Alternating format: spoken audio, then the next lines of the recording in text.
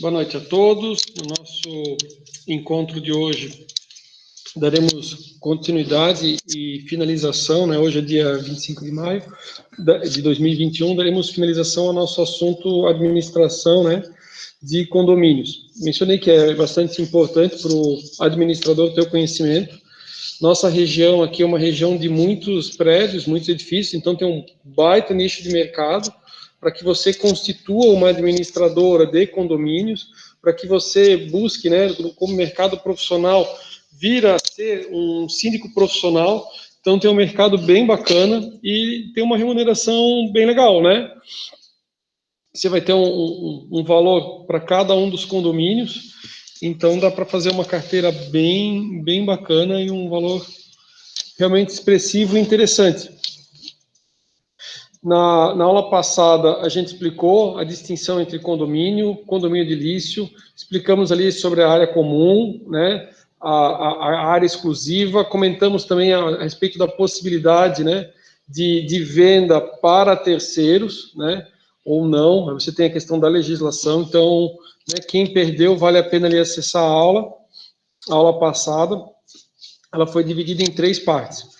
Então, dando continuidade, vou continuar na apresentação. Nossa apresentação vai falar ainda sobre, né, sobre o quórum de deliberação. Falaremos também, inclusive, mais adiante eu vou trazer para vocês, né, a respeito ali dos relatórios. Então, assim, para você que busque, né, ter uma administradora de condomínios ou queira ser o síndico de um determinado condomínio e vai fazer todo o trâmite, né, burocrático, aí eu trago para vocês ali os relatórios que são importantes, de que forma que eles são apresentados. A gente vai conversar isso tudo no encontro de hoje. Vou colocar para apresentar.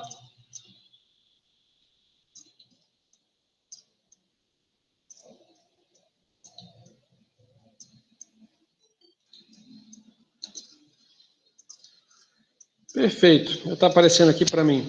Então, na aula passada, nós havíamos falado, né, a respeito do... Agora sim. A gente trabalhou a respeito do desconto por pontualidade, né? E agora a gente vai abordar aqui a respeito da impossibilidade do condômino inadimplente ser impedido de utilizar as áreas comuns. Isso aqui é o grande questionamento, né? Que é assim, o condômino, né, não está em dia com o condomínio. Pode o síndico, né, ou pode os outros moradores questionarem o síndico a respeito dele não mais utilizar as áreas de lazer, né? Então, assim, não pagou. Então, agora ele está proibido de utilizar a piscina. Ele não vai poder utilizar a academia. Será que é possível, né? Então, deixa eu trazer para vocês o que é abordado, né, a respeito da legislação. Então, aqui traz, né? Segundo Roberto Barcelos de Magalhães, né, conforme o Scavone, está na obra do Scavone, né, na página 709, a obra dele de 2012, diz assim: além das penas pecuniárias, ou seja, em dinheiro, previstas, nenhuma outra que importe em privação de direitos condominiais pode ser estabelecida em convenção ou aplicada pelo condomínio, pelo condomínio, né, pelo condomínio ao faltoso. Senhores, não importa, aqui pela obra, né, a gente está vendo aqui pelo autor, ele vai dizer assim, mas colocaram na convenção de condomínio. Tá, mas espera aí, né? Então, assim, o cara não pode entrar na academia, tá? Então, aqui o autor está dizendo assim, olha, não é bem assim, né? A penalidade é a multa, né? Ele vai pagar a multa, ele vai pagar juros, então, assim, ele deixou de frequentar. Aí depois como é que vai funcionar para ele retroagir esse direito? Então, não seria lícito, assim, imputar-lhe a privação de usar e gozar da área comum, da coisa comum, com a supressão do fornecimento, né? Como a supressão do fornecimento, de água, luz e gás, ou de outros direitos, já que os meios de cumprimento da obrigação de pagar são estritamente aqueles que a lei faculta a convenção combinar. Os limites penais encontram-se definidos legalmente, não podendo os condôminos excedê-los. Ou seja, a legislação traz bem claro qual que é a multa que pode ser aplicada, de que forma, né? Então, a gente viu na aula passada a respeito daquele desconto pontualidade. Aí nós vimos que o desconto pontualidade também não é não é lícito, né? Porque, na verdade, nada mais é do que uma forma de tentar burlar a lei. E aqui o que a gente está vendo também é da mesma forma. Ele diz assim, olha, se o condômino não paga, ele vai ter as sanções que a lei faculta, mas não dá para o condomínio inventar ou criar, né, uma restrição ali de proibir ele de utilizar, né? Ou tipo assim, o condômino que está em atraso não pode usar o elevador. Tá, mas eu moro no 12º andar. Não pode usar o elevador, tá? Não existe, tá?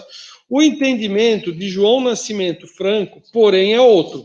Segundo ele, porque depende, né? Advogado sempre tem um lado que está advogando. Diz assim, não é crível que o condomínio tenha que custear serviços de que servem também aos condôminos faltosos, principalmente quando se verifica que o devedor tem recursos para pagar. Então, aqui, a lógica é a seguinte, tá? O que ele está querendo dizer? É assim, ó. Tu não vai proibir o cara de usar a academia. Não existe um custo a mais por ele usar a academia. Tu não vai proibir a pessoa dela estar utilizando a piscina, por exemplo, né? Agora, imagina o seguinte, a pessoa não paga há 3 anos o condomínio, né? E daí ele quer ainda usar o salão de festas no Réveillon, porque o prédio fica bem localizado. Então ele também teria uma ideia de limite, beleza? Então ele diz assim, ó, segundo, daí é outro autor, que é o João Nascimento Franco, que eu falei, né? Ultrapassado, por exemplo, um trimestre vencido, torna-se injusto impor ao condomínio a obrigação de financiar a cota do condomínio relapso. Ou seja, também não dá, né, para todo o condomínio arcar com gás, com as despesas do condômino, né, que não anda pagando. Aí, aqui tem algo que eu já vi na prática, né? Uma vez eu entrei num prédio em Navegantes, e lá no prédio de Navegantes tinha uma listagem de quem estava inadimplente com o condomínio, né? Então, assim, o número do apartamento e o nome, tá? Então, aqui, ó.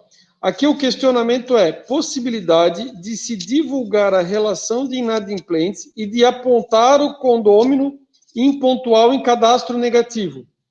Então, aqui traz, né? Aqui a gente traz o Código de Defesa do Consumidor, no artigo 42, e o artigo 42 do CDC, que é o Código de Defesa do Consumidor, ele proíbe que o credor exponha o devedor ao ridículo ou a qualquer constrangimento moral.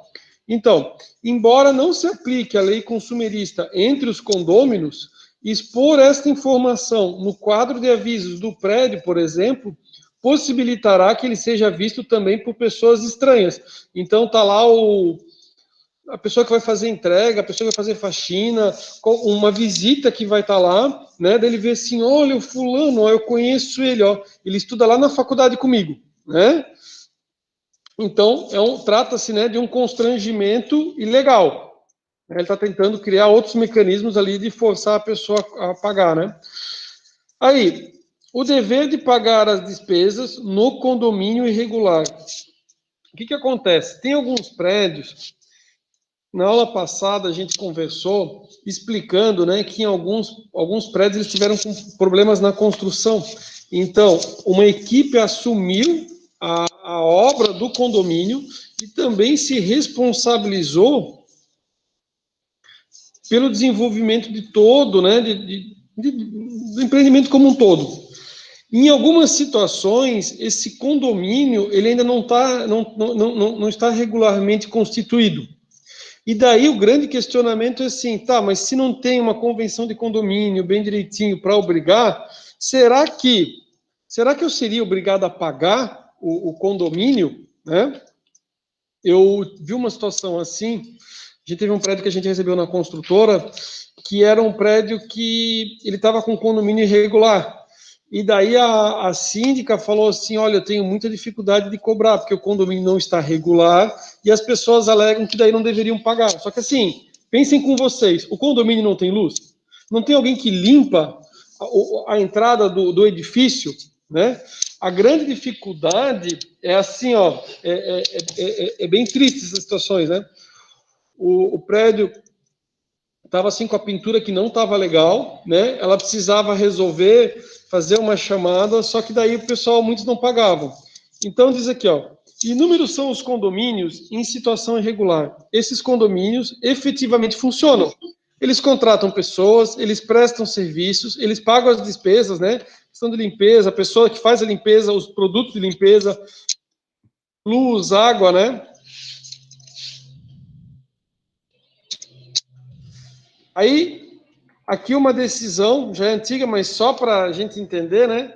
Diz assim, ó, não é moralmente admissível que o condômino usufrua dos benefícios às custas, né, dos demais condôminos, o que representaria um locupletamento indevido.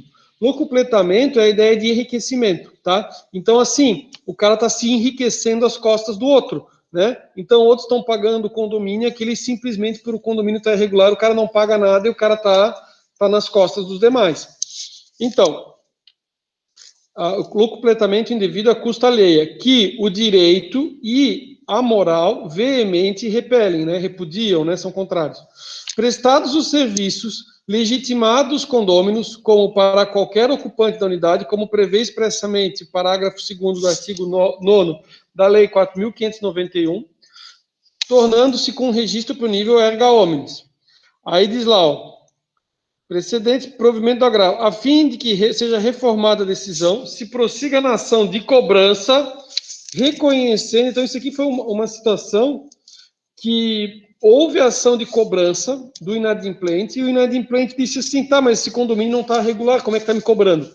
Tá? Então, reconhecendo, né, já de início, já a legitimidade do condomínio para a cobrança em relação ao condômino, independente do registro de convenção. Então, assim, ó, é um condomínio que ele não está totalmente regularizado, mas aqui a gente vê, né, e até já era antigo, desde aquela época, né, você já tem o entendimento, né, é que sim, pode sim cobrar, mesmo que estando em situação irregular.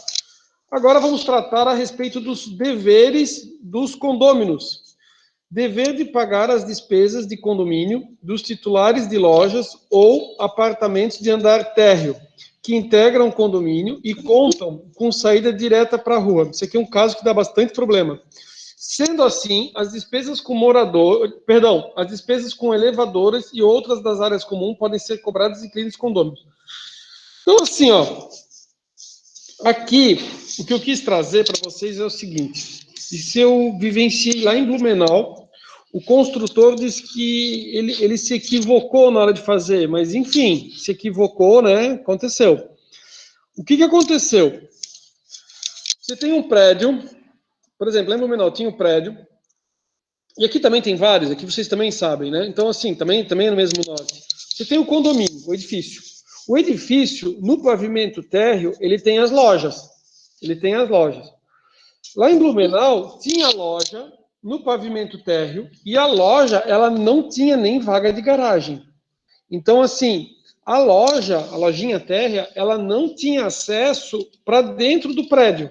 Então, ele não entrava, ele não usava a área de lazer, ele não usava os elevadores, e daí o grande questionamento era assim, poxa, se eu não uso elevador, se a moça nem faz a faxina, porque não tem hall de entrada aqui do corredor, a minha sala é voltada para a rua, deveria eu pagar o condomínio? Né? Ou seja, vou dar um exemplo, lá eram 20 apartamentos e mais a loja, era dividido por 21.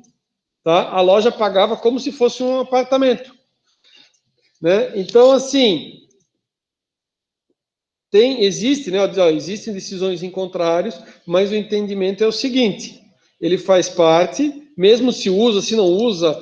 Aí tem muita gente assim, quando a gente fala de imóvel de litoral, acontece muito assim, ó, de quem usa só para veraneio, dizer assim, a conta está muito alta, eu nem moro aí. Né? Quem mora é que devia pagar mais, eu devia pagar menos porque eu uso menos água, eu não estou aí sujando, tá? Também não existe isso, tá? Não é sobre, né, a questão da unidade. Aí aqui, ó, despesas condominiais, né? Lojas térreas, isenção. Aí foi pleiteado, né? Foi tido aqui, ó, improcedência, né? Respeito da instalação de TV a cabo e outras comodidades. Por quê? Porque a questão da TV a cabo, eles têm a antena, né? ou que nem a gente tem muita questão dos aparelhos, aparelho da Vivo, aparelho... Em alguns edifícios eles já fazem todo o sistema, né? E daí já tem. Mas eles têm que instalar uma antena, né? Eles têm que ter um ponto, ou tem que ter a fiação. Eu vi um prédio mais antigo. Passei por uma, né, que era um prédio mais antigo e eles estavam fazendo a reforma e eles acharam que, tipo assim, todo mundo estava com fibra ótica e que eles podiam soltar, tirar os fios. Aí eu fui comunicado, né, pelo cliente que tinham cortado a linha telefônica dele.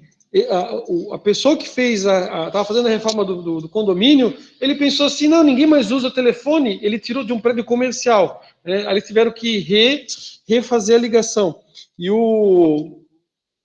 E a operadora ficou o demônio, porque ela falou assim, cara, a pessoa quando fez, ele simplesmente cortou e jogou para fora do prédio. E daí eles não sabiam qual que era a linha, eles passaram o maior trabalho, né? Então, claro, isso aqui não é o nosso tópico, mas só para explicar para vocês, nas loucuras do dia a dia, né, que a gente acaba sendo, assim, que a gente acaba visualizando, né, alguém que trabalha com manutenção ou com reforma simplesmente foi lá e tirou os fios que passavam pela parede na questão dos corredores do edifício, né? Já há entendimento de que a despesa com a instalação de TV a cabo, longe de se tratar de despesa condominial, só obriga os condôminos que anuíram. Aqui acontece muito o seguinte, imóvel da praia, por exemplo. Eu vi já, né? Por exemplo, em Itapema, deles contratarem e colocarem na reunião, né? De colocar a TV a cabo não, perdão, a internet para todos do prédio, né? O valor era baixo, daí também nem se discutiu, né? Mas enfim, depois acabou não dando certo porque o sinal não era aquilo tudo, eles cancelaram, inclusive ressarciram o dinheiro de quem pagou, tá? Mas também acontece bastante aqui na nossa região, acontecia, né? Tinha a Camboriú Cable System, né, que CCS. Então, nos prédios, como eles faziam um pacote para, digamos, o condomínio, né, todos do condomínio tinham a TV a cabo. Então, o prédio não precisava mais com aquela antena parabólica tradicional, aquela antena tradicional, e todos têm, e daí é descontado um valor do condomínio, tá?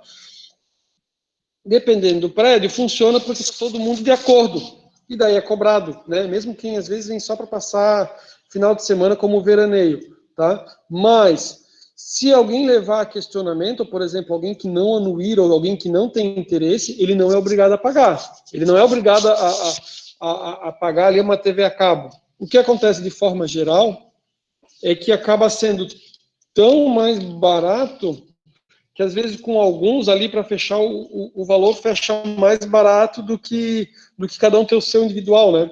Então mesmo que alguns só pagassem não valeria a pena. Mas meu objetivo também aqui é trazer a questão, né, jurídica. Esta despesa, assim como qualquer outra despesa que pode ser realizada individualmente de acordo com o interesse de cada condômino, não obriga aquele que não assentiu expressamente. O dever de pagar as despesas, ainda que o aluguel não esteja ocupado. A lei, ela não faz a distinção entre as unidades, né, autônomas abertas e fechadas, e tampouco entre os condôminos que utilizam e que não utilizam os serviços e equipamentos do prédio, como os elevadores, por exemplo. Então, assim, a construtora, ela está vendendo os apartamentos, e daí tem apartamentos que não foram vendidos. E daí a construtora dá uma desperta, ela coloca assim, ó, é o seguinte, o que não foi vendido, ele não entra ainda no rateio. A partir de que for vendido, aí começa a pagar. Tipo, na seguinte lógica, para que a construtora não tenha esses custos. Mas assim, são tantas unidades, todas elas vão pagar. A construtora, então, que mexe ali no valor ali, né? A construtora que altere o valor, faça desconto e venda as unidades antes da entrega, né? Ou enfim, não, Rafael, vou vender por um valor mais alto, não preciso vender no desespero, beleza, só arcar com o condomínio. O dever do incorporador de pagar despesas de condomínio das unidades, ainda que não vendidas, ou cuja posse não entregou. Acabamos de conversar sobre isso, né? E ó, a disposição da convenção do condomínio nesse sentido, ela é nula, tá? Ela não tem validade nenhuma. Despesas com ações judiciais e o condômino que litiga com o condomínio. Aqui a gente tem a situação do condômino que ele está insatisfeito com alguma situação e ele entra com uma ação em juízo contra o condomínio. Então, ele recebeu uma multa da qual ele discorda, né? Ou está sendo cobrado um valor ali que ele não considera devido, ele vai ter que entrar com uma ação para questionar. Então, ele vai entrar com uma ação contra o condomínio. A dúvida é, se perder ou para contratar o advogado, ele que está entrando contra o condomínio, ele também tem que pagar o advogado da outra parte, né? Então, aqui diz, ó, o condômino que litiga com o condomínio deve participar do rateio das despesas judiciais, tais como os honorários contratuais do advogado, custas do processo, perícia. Então, vamos lá. O condomínio dissidente, aquele que discorda e justamente entrou com a ação, ele desliga-se da coletividade condominial e passa, no curso do processo judicial, a ser considerado um terceiro para todos os efeitos jurídicos. Provavelmente, se sucumbir, o condômino arcará com o pagamento das custas do processo, além dos honorários do advogado do condomínio. Aqui, a respeito de protestos. A respeito de protestos, isso aqui, numa outra ocasião, isso já era algo que é mais recente. Hoje em dia, isso já é tudo pacificado, né? Então, assim, ó, sim, né? Aqui era a questão lá de São Paulo, né? Uma lei estadual que deu nova redação e disse ali, ó, tornou obrigatória a recepção por parte dos estabelinados para protesto. Então, assim, isso aqui é de uma notícia de 2013 do Secovi, né, dizendo o seguinte: condomínio em atraso, sim, ele é protestado, tá? Você pode protestar e daí tem a negativação, né, do nome do devedor, que é uma forma de você conseguir cobrar. Como a multa, tipo assim, entre um cartão de crédito ou o cara ter busca e apreensão do carro, se o condomínio ele não loga a juização ou não protesta, o cara meio que deixa passar. Ah, não, deixa acumular um pouco mais, né? Então, o protesto, ou até já logo ingressar com a ação de cobrança, é uma forma do condômino pagar. Acho que a gente não comentou na aula passada, mas o que acontece é o seguinte: se não pagar o condomínio, o imóvel vai a leilão, tá? Se não pagar o condomínio, o imóvel vai a leilão. O cara pode perder o imóvel. Ah, professor, mas eu estudei sobre bem de família. Eu ouvi nas minhas aulas sobre bem de família. O bem de família, desde que a dívida não seja sobre o próprio bem, né? Então, tipo ali, é o imóvel. O imóvel tem tributos para pagar. Vai perder? Sim. É um bem de família, mas tem o condomínio, pode perder? Sim. Da mesma forma como o funcionário doméstico que trabalha naquele imóvel. Ele pode, inclusive, mesmo sendo bem de família, ele pode pedir ali, tá, a penhora do imóvel, depois vai conseguir, inclusive, o leilão. Tá? É verba alimentar da pessoa, ele vai conseguir. O artigo 1345 diz assim, ó, o adquirente de unidade responde pelos débitos do alienante, ou seja, quem vendeu, né? Em relação ao condomínio, inclusive multas e juros moratórios. Aqui, senhores, o que nós temos? Nós temos a situação que a gente chama de próprio terreno, tá? O condomínio, o rateio do condomínio, ele é atribuição, ele é relativo ao imóvel. Então, assim, se é o João, se é a Maria, ele é relativo ao imóvel. Assim como o IPTU é relativo ao imóvel. Se esse imóvel foi vendido, aí a pessoa que comprou, ele fala assim, bah, mas está devendo o condomínio. Isso quem tem que pagar é o anterior, né? Aí o síndico diz bem simples, olha, é o seguinte, tu se acerta lá com ele, mas tu paga aqui pra gente o condomínio, isso é tipo tu e ele. Por quê? Porque essa questão relacionada ao rateio é relativa ao imóvel. Imagina o seguinte, o que vendeu recebeu 700 mil reais, o cara fala, ó, já peguei o dinheiro, já mandei para os Estados Unidos, já estou morando nos Estados Unidos, não vou pagar mais coisa nenhuma. Aí o novo proprietário diz assim, ó, ele não quer pagar, o que a gente faz, né? Tipo, o condomínio fala, cara, vou cobrar de você. Tipo, na verdade nem tem toda essa conversa, né? Na verdade, cabe a quem estiver comprando o imóvel que se cerque do máximo de garantias. Então, por exemplo, quem está comprando imóvel vai ter que fazer o seguinte, verificar se existem despesas condominiais, né? Então, você pega lá uma negativa. Ah, tem condomínio em atraso. Beleza, acerta com o cara, ó, eu vou pagar o condomínio, então vou comprar de você, eu vou acertar tantos mil, eu vou diminuir aqui do valor, porque eu vou ter que pagar o condomínio. Só um minutinho, por favor. Um pouquinho.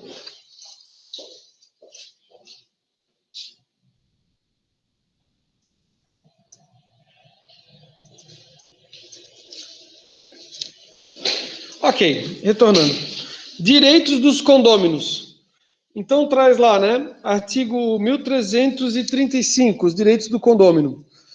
Que direitos que ele tem? Usar, fruir e livremente dispor de suas unidades. Ele pode comercializar, vender as unidades de forma livre, né? Usar das partes comuns conforme a sua destinação e, contanto, que não exclua a utilização dos demais compossuidores, dos demais proprietários, né? Então, ele pode usar? Pode, né? Conforme está estabelecido, né? Não vai, digamos, ter um determinado uso que seja inadequado, que possa, inclusive, danificar uma parte, uma área comum. Professor, não entendi. Condomínio pode usar a área de playground? Com certeza, ele pode utilizar, né? Agora, se o filho dele tem 17 anos e o parquinho ele foi construído até 12 anos, porque ele tem uma capacidade de resistir ali o peso, né? Então, assim, aquela pessoa que ultrapassa muito peso vai estragar o equipamento, né?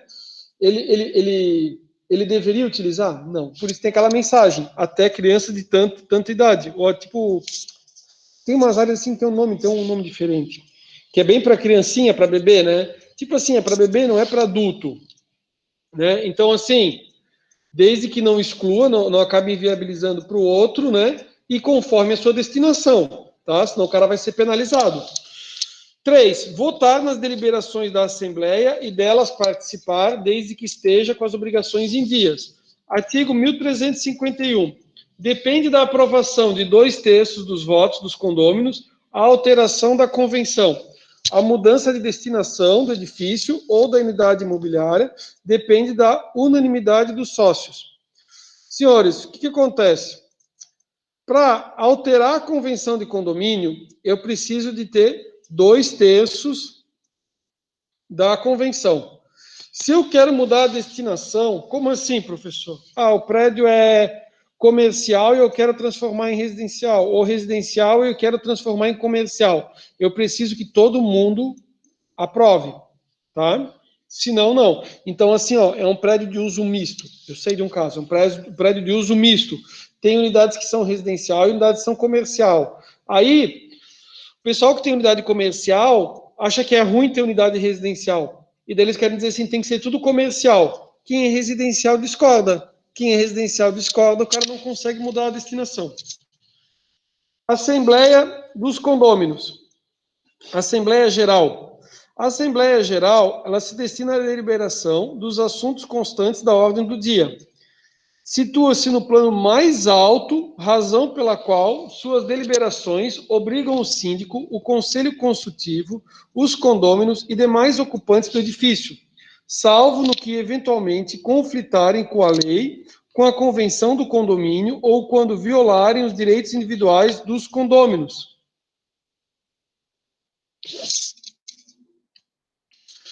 Espécies de assembleias. Então, assim, ó, quais são os tipos de assembleias que nós temos?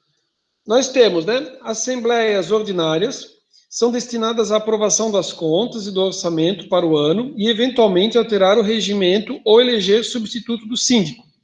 Essa é aquela assembleia que se tem uma vez, né, no ano, que daí você tem toda a prestação de contas, troca o síndico, só que às vezes podem surgir alguns percalços no caminho, ou às vezes acaba surgindo alguma situação que vai exigir que seja feita uma reunião em caráter emergencial. Essa assembleia é tida como assembleia extraordinária. Está no artigo 1355, a ordinária está no 1350, e daí as extraordinárias, elas são destinadas ao quê? A deliberar sobre assuntos de interesse dos condôminos, como, por exemplo, a realização de obras, a necessária aprovação da contratação de uma administradora para auxiliar o síndico, a aplicação de multa, né, a condômino que descumpre reiteradamente seus deveres. Tá? Então, aqui a gente trouxe aqui exemplos, né, do que pode ser as assembleias extraordinárias e até onde é que elas constam, né? Eu, agora recentemente, já falei para vocês de aplicativo que eu fico recebendo também pelo WhatsApp, né? E só um pouquinho, quero só ver um negócio que eu recebi aqui da tutoria. Só um pouquinho, pessoal.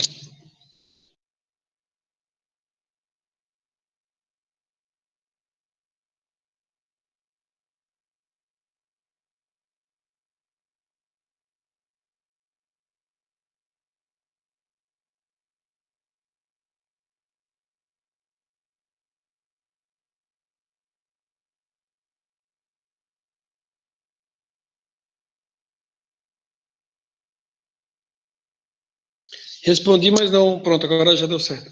Então tá. Comentamos ali sobre as espécies de assembleias. Seguindo na sequência, firmes e fortes aí. Forma para a convocação. A assembleia ordinária ou extraordinária será convocada. Quem pode convocar ela, tá? Pode ser convocada pelo síndico ou pode ser convocada por 1/4 dos condôminos, da forma prevista na convenção, tá?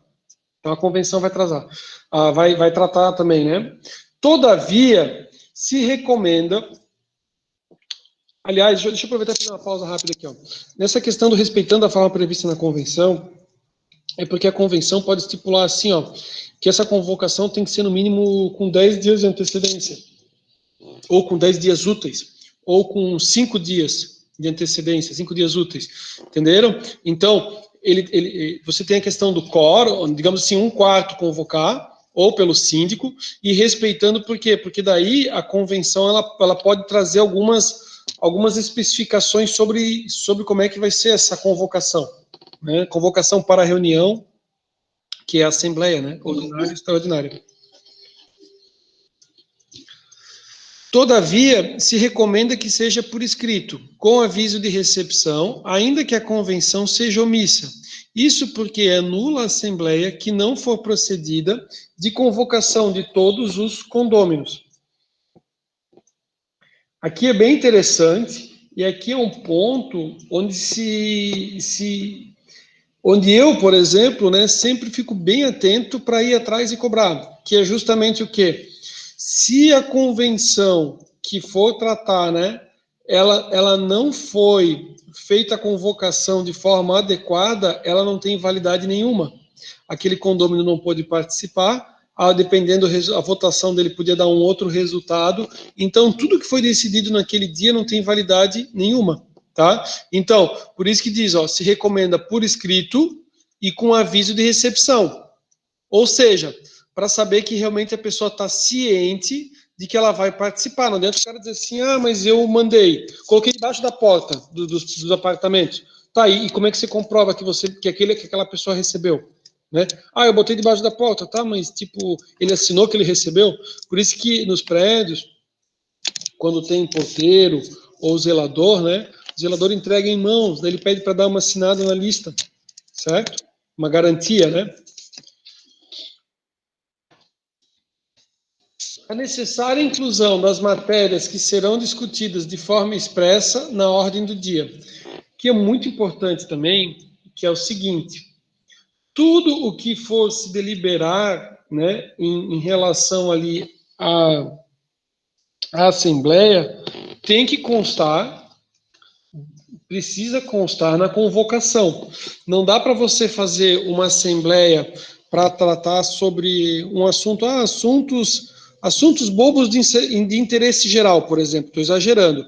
Aí depois acaba a reunião e daí você descobre que eles decidiram sobre algo extremamente importante que vai gerar um fundo de reserva, vai gerar, né, uma necessidade de você fazer um aporte mensal com um valor bastante alto, expressivo, e a princípio isso nem constava, né? Então, assim, não é possível, tá? Então, da mesma forma, é nula a deliberação em assembleia de matéria que não conste expressamente da ordem do dia, salvo, né, de acordo com João Nascimento Franco, quando se trata de um assunto de extrema urgência. Então, assim, como linha de defesa, né, se é algo que é de extrema urgência, aí, né, então diz ali, ó, são aplicáveis a proposta das normas estudadas anônimas divulgadas pelo apelado. Daí diz ali, ó, sob matéria não contemplada na ordem do dia, pode-se discutir, pode sempre discutir, não significa que eles não podem falar sobre o assunto. Então, assim, ó, o prédio está com um determinado problema, que não é urgente, tá? Eles podem discutir, aproveitar que está todo mundo lá para tratar sobre um problema que está tendo, barulho com o vizinho, qualquer, né? Pode. Só que eles não vão poder fazer uma deliberação sobre um assunto que não fazia parte, né, da ordem do dia. Não sei que seja uma coisa urgente, que nem a gente comentou. Aí diz ali, ó, ressalvada apenas a hipótese da destituição dos administradores e do Conselho Fiscal, em face do risco de se deixar o condomínio sob o controle que desmereçam a confiança dos condôminos, até a convenção de outra assembleia. Então, aqui ele está trazendo uma situação de urgência, onde se acredita que o síndico, né, e o conselho não está agindo em conformidade. E a urgência justamente é tipo assim, os caras ali podem estar desviando recursos. Você pensa num condomínio grande, né, e com uma quantidade grande de unidades, uma quantidade grande de apartamentos, o quanto que esse condomínio não tem de receita. Então você imagina se você acaba tendo, né, indícios ali de suspeita de desvio desses recursos. Tá? As irregularidades da Assembleia e a sua anulação. Como são atos jurídicos, as assembleias estão sujeitas à anulação nos termos do 166 e do 171 do Código Civil. Assim, irregularidades podem ocorrer, maculando a forma e, consequentemente, gerando nulidade da assembleia total ou parcial. Lembrando que a nulidade parcial não prejudica a parte válida. Então, por exemplo, teve a assembleia, né? Teve um ponto ali que eles deliberaram que não poderia ser deliberado. Tá? Mas todo o restante fazia parte da ordem do dia, foi deliberado e está dentro do correto, dentro da conformidade. Então, nesse caso, a parte válida, perfeito, não vai ser prejudicada. Agora, aquela deliberação sobre um assunto que não era urgente, não fazia parte da ordem do dia, esse ali vai sair fora. Não vai ter validade. É isso que eu estou querendo dizer. Então, se você tiver numa situação, nobre colega, administrador, onde justamente se está pleiteando, né, a anulação, onde está se pleiteando a anulação, ou se você, administrador, é o síndico, são cuidados aqui que se deve ter, né? Então, como, por exemplo, irregularidade da convocação, né? Então, você não tem o aceite, na verdade, né? O conhecimento, perdão, a ciência. Você não tem a ciência de todos, é um exemplo de irregularidade. Irregularidade em relação à deliberação, lembra-se, não faz parte da ordem do dia e daí foi deliberado. A ausência de quórum específico. O que é a ausência de quórum específico? A gente vai tratar a respeito do quórum ainda. A ausência de quórum específico significa assim, ó, você não tem a quantidade suficiente para aprovação. Lembra o que a gente falou? Eu quero mudar a destinação. Qual que é o quórum? A gente já acabou de ver, né? A gente vai falar mais sobre quórum, mas aqui a gente já viu alguns pontos. Então, assim, ó, destinação das unidades, 100%, a unanimidade. A maioria votou e disse que podia ser tudo comercial. É nulo. Vai ser alterada a convenção de condomínio. Quantos votaram? Maioria simples. Tá? Também é nulo, também não tem validade. Tá? Agora, outro. Abuso na direção dos trabalhos, abuso de direito, e deliberação de matéria não constante da ordem do dia, né? Que daí também poderia ser uma ideia de irregularidade na deliberação. E abuso de direito é quando o síndico, né, por exemplo, ele ultrapassa a atribuição dele, né? Mesma coisa, mesmo norte na questão no abuso na direção dos trabalhos. Então, todavia, alguns princípios devem ser observados. Se a gente está falando de nulidade, não existe nulidade sem prejuízo. A nulidade de uma parte não prejudica a parte válida da Assembleia. Então, o que acontece? A nulidade só vai ser obtida se teve algum prejuízo. Então, assim, teve uma deliberação, não teve prejuízo para ninguém, não mudou nada. Aí o cara fala assim, não, mas para que vai se buscar essa nulidade? Então, daí, né, nem se busca, nem se questiona. Tá? É a mesma coisa se você buscasse judicialmente, o juiz vai dizer, tá, mas por que a gente está... Por que o senhor está buscando a nulidade se não teve prejuízo nenhum para o senhor? A ação de procedimento comum será desconstitutiva e pode ser proposta por qualquer condômino, ainda que seja promitente comprador ou cessionário desses direitos e até pelo locatário, nos termos da lei. As irregularidades da Assembleia e sua anulação. O condomínio, representado pelo síndico, integrará o polo passivo dessa ação. Jamais os condôminos, não havendo litisconsórcio. Então, assim, se houver uma ação contra uma irregularidade, né? Porque quando existe uma irregularidade, você chega para o síndico e fala assim, síndico, isso aqui não poderia ser votado. Você acha que o síndico vai dizer, é verdade, teve uma nulidade aqui, eu vou fazer uma nova assembleia. Claro que não. O síndico diz, não, isso aí não, isso aí é bobagem, isso aí não, é mentira que está dizendo. Aí você fala assim, síndico, você bem específico para o senhor. Aqui tem uma nulidade, isso aqui não tem validade. Aí é o tipo de conversa que não vai a lugar nenhum. Certo? Então, assim, o que é feito? Né? É notificado já direto. Já é notificado direto o condomínio, beleza? E não sendo resolvido, né? Porque não vai, às vezes, ser uma conversa simples, o cara...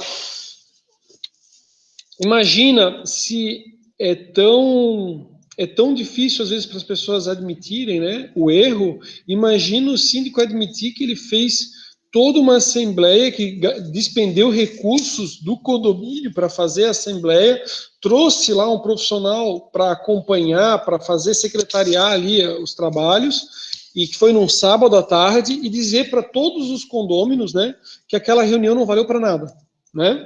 Então, assim, aonde que vai se buscar isso? Judicialmente, tá? Judicialmente.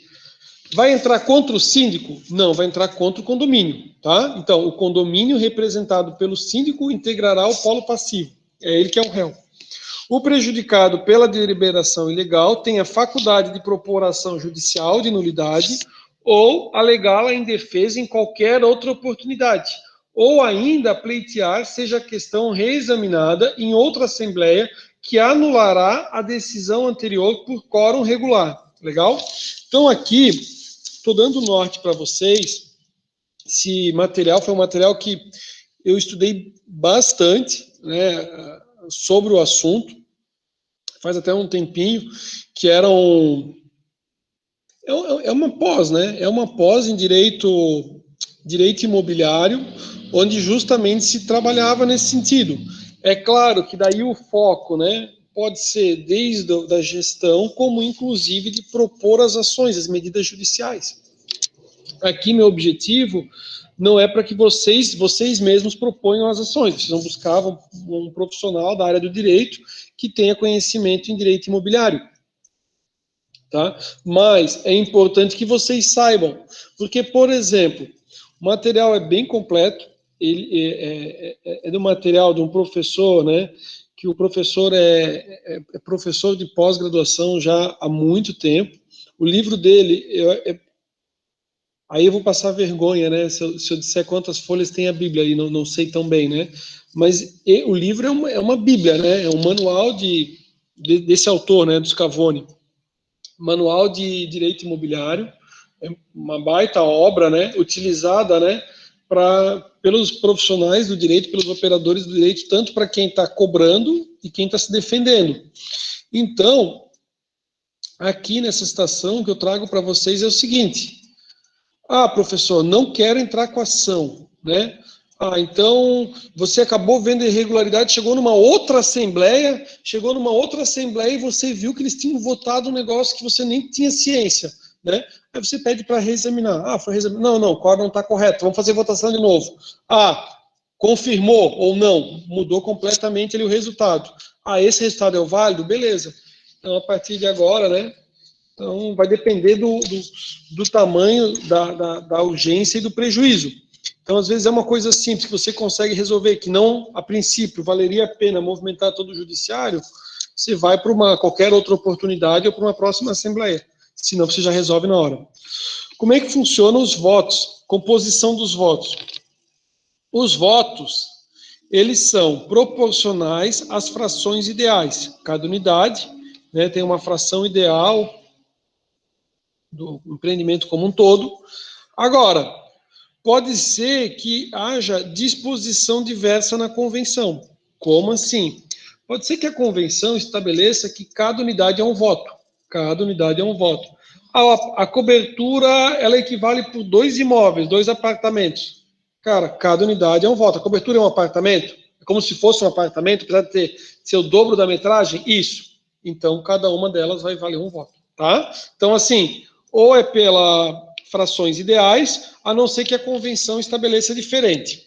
Assim, a convenção pode determinar o voto por unidade, ainda que a fração da cobertura, beleza, está explicando aqui o que eu acabei de falar. Abuso de direito. Lembra que a gente falou sobre abuso de direito como uma irregularidade? Então diz assim, a rigor, o Código Civil parece subjugar a minoria à vontade da maioria, de forma incondicional. Então, assim, a grande questão aqui é a situação onde você tem uma unidade e você tem, digamos, numa edificação, uma outra pessoa que ele tem, assim, 60% das unidades. O cara é um investidor e ele tem 60% das unidades, ou até tem um condomínio que eu conheço, que 70% do empreendimento comercial é de um único dono. Ele tem 70% do empreendimento. Aí a grande dúvida é assim, se ele tem 70%, dele se achar o dono de tudo, como se o prédio fosse dele. O prédio não é dele. Então, assim, ele não pode simplesmente agir como fosse, né? É claro, todo mundo deve vestir a camisa da empresa onde trabalha, todo mundo deve cuidar das coisas como se suas fossem, né? Só que não dá para aquele que tem 70%, ele dá uma exagerada, ele pensa assim, vou pintar o prédio todo, vou trocar o elevador do nada, vou trocar porque eu achei que esse elevador tá velho, né? Não é assim, né? O prédio não é dele, né? Então, assim, tem que fazer uma assembleia, entenderam? Então, assim, se o cara chega do nada e diz assim, vou trocar os elevadores, é abuso de direito, tá? E daí a gente vai tratar sobre as minorias, né? Aqueles que têm um percentual pequeno, então todos os outros que têm 30% frente a um cara que tem 70%. O condomínio que disponha de mais de 50% de frações pode, em tese, controlar o condomínio. Terá o poder, né, tirânico da maioria de um só. Ou seja, aqui ele está trazendo um exemplo para explicar a lógica, que é assim, é a ideia da maioria, só que a maioria não é maioria, a maioria é uma única pessoa. Então, às vezes, uma única pessoa, que nem eu falei, tem 70%, e daí você tem outros 6 que tem 30 somados, né? 30 somados. Todavia, esse controle não é absoluto, a ponto de prejudicar a maioria, conforme prevê o artigo 187, que trata sobre o abuso de direito. Também comete ato ilícito o titular de um direito que, ao exercê-lo, excede manifestamente os limites impostos pelo seu fim econômico ou social, pela boa-fé ou pelos bons costumes. De acordo com João Nascimento Franco, o poder deliberativo da maioria não é absoluto. Em todas as comunidades de interesse, desde as sociedades anônimas até os simples clubes associativos, impera o respeito aos direitos subjetivos de seus membros e à opinião da minoria, que tem o direito de se fazer ouvir. Pois é, para isso que eles são convocados, né? Não faz sentido algum você fazer uma assembleia e aquele que tem 70% decidir tudo. Tipo assim, pô, né? E, pois é, para isso, né, que são todos convocados, todos os condôminos ou pessoas a ele equiparados. Assim, se houver abuso de direito, a deliberação, ainda que tomada regularmente, poderá ser anulada.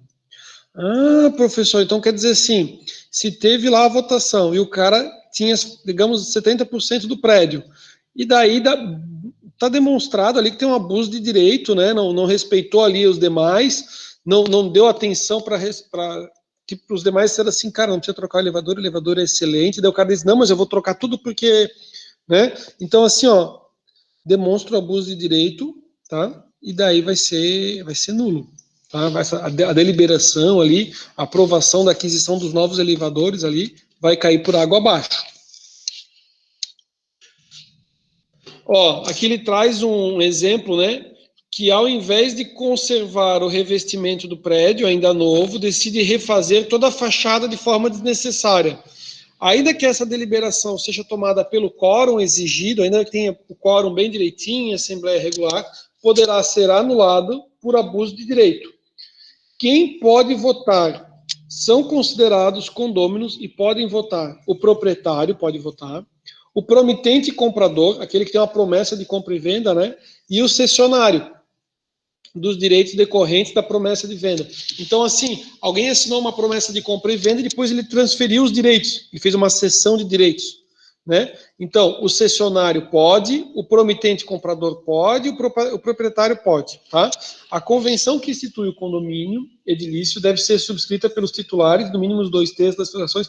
Aqui ele traz o 1333, que ele vai explicar, ó, por exemplo, né, a respeito ali de quem pode votar, e lá no parágrafo 2º ele diz assim, ó, são equiparados aos proprietários para os fins deste artigo, salvo disposição em contrário, os promitentes compradores, os cessionários de direitos relativos às unidades autônomas. Aí aqui também tem o seguinte, ó, o locatário pode votar? Você já deve ter passado por várias situações assim. O locatário vota, tá? O locatário pode participar, né? Em vários edifícios o locatário participa, vocês devem ter acompanhado se vocês moram em edifícios, né? Aí aqui tem só o seguinte, ó. Na ausência do condômino, o locatário pode votar. Por que ele coloca isso, né? Porque, assim, se o proprietário do apartamento estiver lá, não faz sentido o locatário. O proprietário é que vai cuidar melhor dos interesses do imóvel, beleza? Mas se o proprietário não comparecer, né, às vezes o proprietário tem um monte de imóveis e nem comparece, e daí ele já estipulou, ó, melhor você, que é o locatário, participar, né? Aí o locatário participa, salvo nas decisões sobre despesas extraordinárias, tá? Então, despesas extraordinárias, ele não tem poder de decisão. Lembrando, né? Lembrando, acho que vocês devem saber que por exemplo, fundo de reserva, esses investimentos que são feitos, esses investimentos, eles são incumbentes e vai trazer uma valorização para o patrimônio do proprietário. Com isso, quem deve arcar com essas despesas é o proprietário. Como é que funciona na prática? Na prática, de forma geral, né? O locatário paga as despesas, informa ao proprietário, que é o locador, e o locador abate do valor a ser pago de locação. Tá? Então, assim, o locatário tem o condomínio no nome dele. Tá lá, João da Silva, é o locatário. Ele paga o condomínio, vem tudo no mesmo boleto, ele paga e daí ele desconta do aluguel. Assim eu vi acontecer bastante na prática, né, para não gerar 2 boletos ou para não ficar tão difícil. É claro, tem outros casos que também são o seguinte: o locador não transfere o condomínio, o locador se responsabiliza em pagar o condomínio, porque a preocupação dele é o locatário não estar pagando, ele não está acompanhando, e o locador aí exige o valor, né, pro locatário. Nas decisões da Assembleia que não envolvam despesas extraordinárias do condomínio, o locatário poderá votar, caso o condomínio locador a ela não compareça, né, que está justamente ali o parágrafo 4º. Impossibilidade de o condomínio inadimplente votar em Assembleia. Então, aqui está justamente, né, esse material eu disponibilizei para vocês. Então, professor, hoje você não tem dúvida nenhuma.